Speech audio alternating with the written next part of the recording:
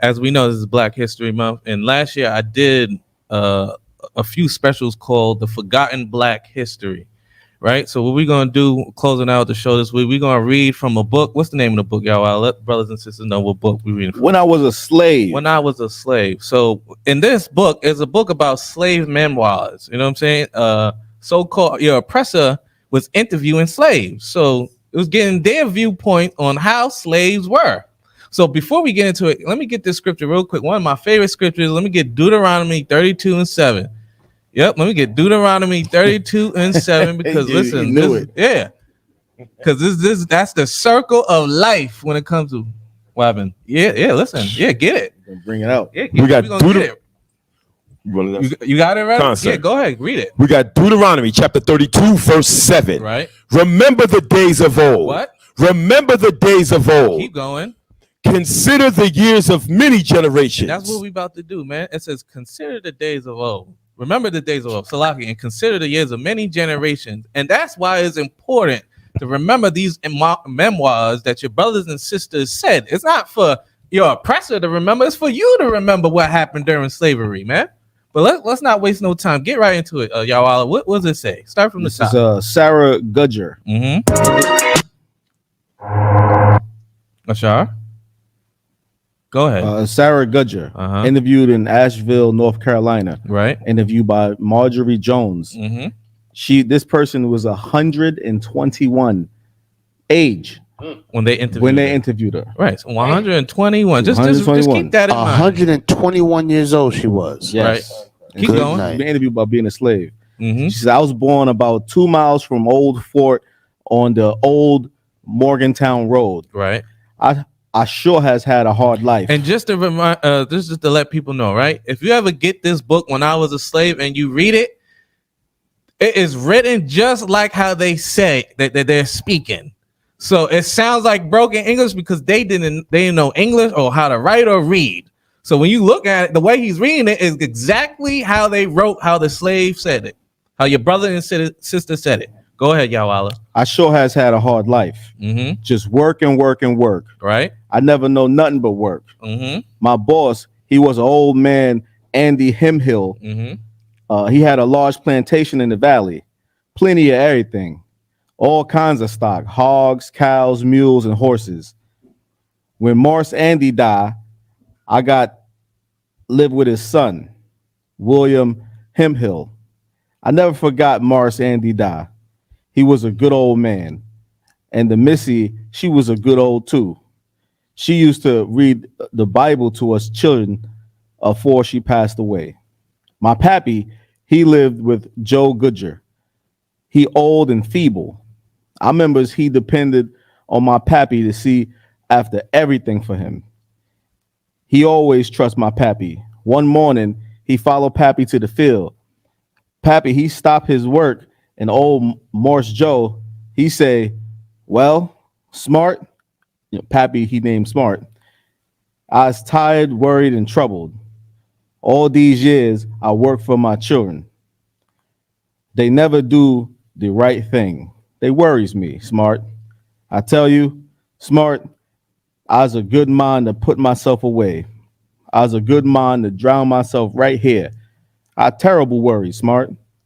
Pappy, he take hold old Mars Joe and lead him to the house. Sorry. Now, Mars Joe, I wouldn't talk such effing I see you. You've been good to your family. Just you content yourself and rest. But a few days after that, old Mars Joe was found hanging in the barn by the bridle. Old Mars had put herself away. I never knew what it was to rest. I just work all the time from morning.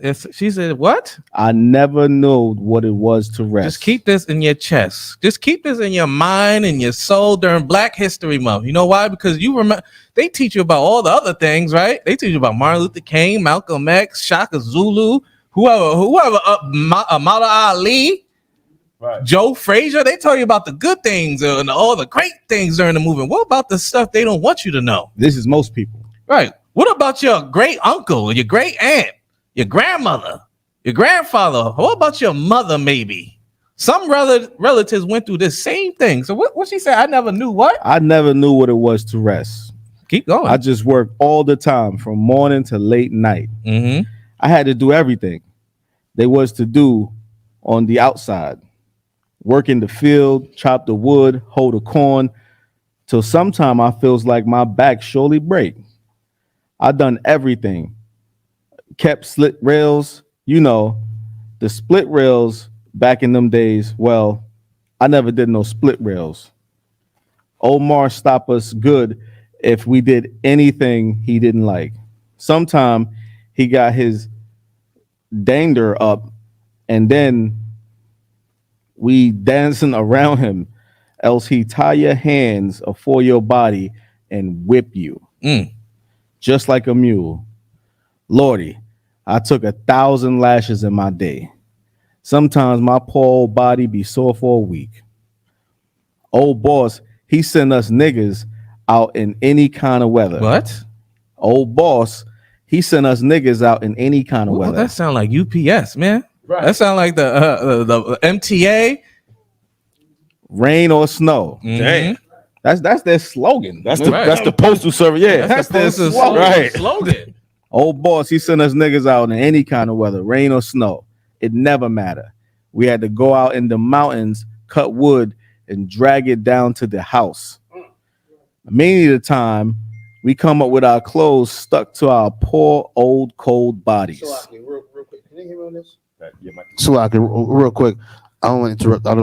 I want y'all to get the brothers and sisters that's still tuned in and listening, and you hear the brother reading. I want you to get a visual of what's really going on here. Right. Get a visual of it. Don't just sit here and listen, you know what I'm saying? And I know you got Jeopardy playing somewhere else and you're doing something else, listening to music or cleaning or whatever. I want you to stop what you're doing and I want you to listen and close your eyes and really visualize what's going on here. They did this to your grandmother, right, your grandfather, your aunts, your uncles. And if you believe in reincarnation, which we do, they did it to you too. That's right. You understand what I'm saying? If I may, sir. Please. It's a fundamental thing with how we use language. Mm-hmm. We always say the slaves. That's your family. Right. That's Right. your We family. are the children of slaves. Yeah, that's Damn your family. right. It's That's not that right. they were the slaves, they were the enslaved. Yeah. That was your family. That's your family. That's your family. When you hear people like China Mac and all them talking about, what about Asian sacrifice? Asian sacrifice? I don't recall Asians ever doing this. You understand? This was so-called Blacks, Hispanics, Native Americans doing this. This was niggas doing this. That's right. And people You understand have what to, I'm saying? Go ahead. People have to understand it's not just picking cotton. This what she's describing is she's in North Carolina. If you know anything about North Carolina, they have flatlands, they have mountains.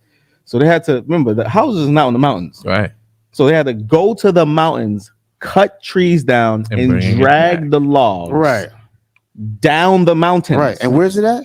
North Carolina. Yeah, and that's why the Lord is going to allow us to rain on North Carolina April 1st. Damn right. We're gonna Give that a rain hand. on it. That's right. You understand? We're going to rain on it. From all four corners of the earth, we're going to come together and rain on North Carolina. You That's understand right. that? Downpour on North Carolina, heavy. That's why, because of this story right here. You understand? Because our ancestors was killed and murdered and slaughtered and destroyed. That's why everybody better be on that slave tour, that plantation tour. Right. We should be on that plantation tour. We're listening to it right now. She's talking about it right now. So we should be on that plantation tour in North Carolina.